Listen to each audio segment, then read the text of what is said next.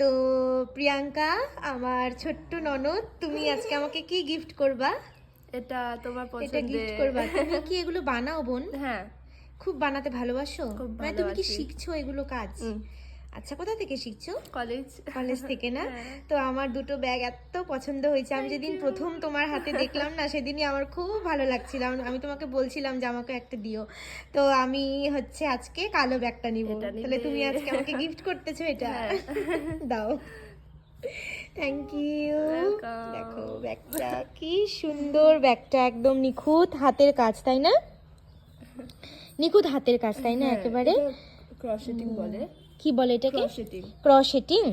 তো এটা হচ্ছে ক্রসেটিং, মানে একদম নিখুঁত হাতের সেলাইয়ের কাজ। দেখো মানে বোন কি সুন্দর করে মানে বুনছে এক একটা সুতা দিয়ে একেবারে। তো ফাইনালি ব্যাগটা আমি নিলাম।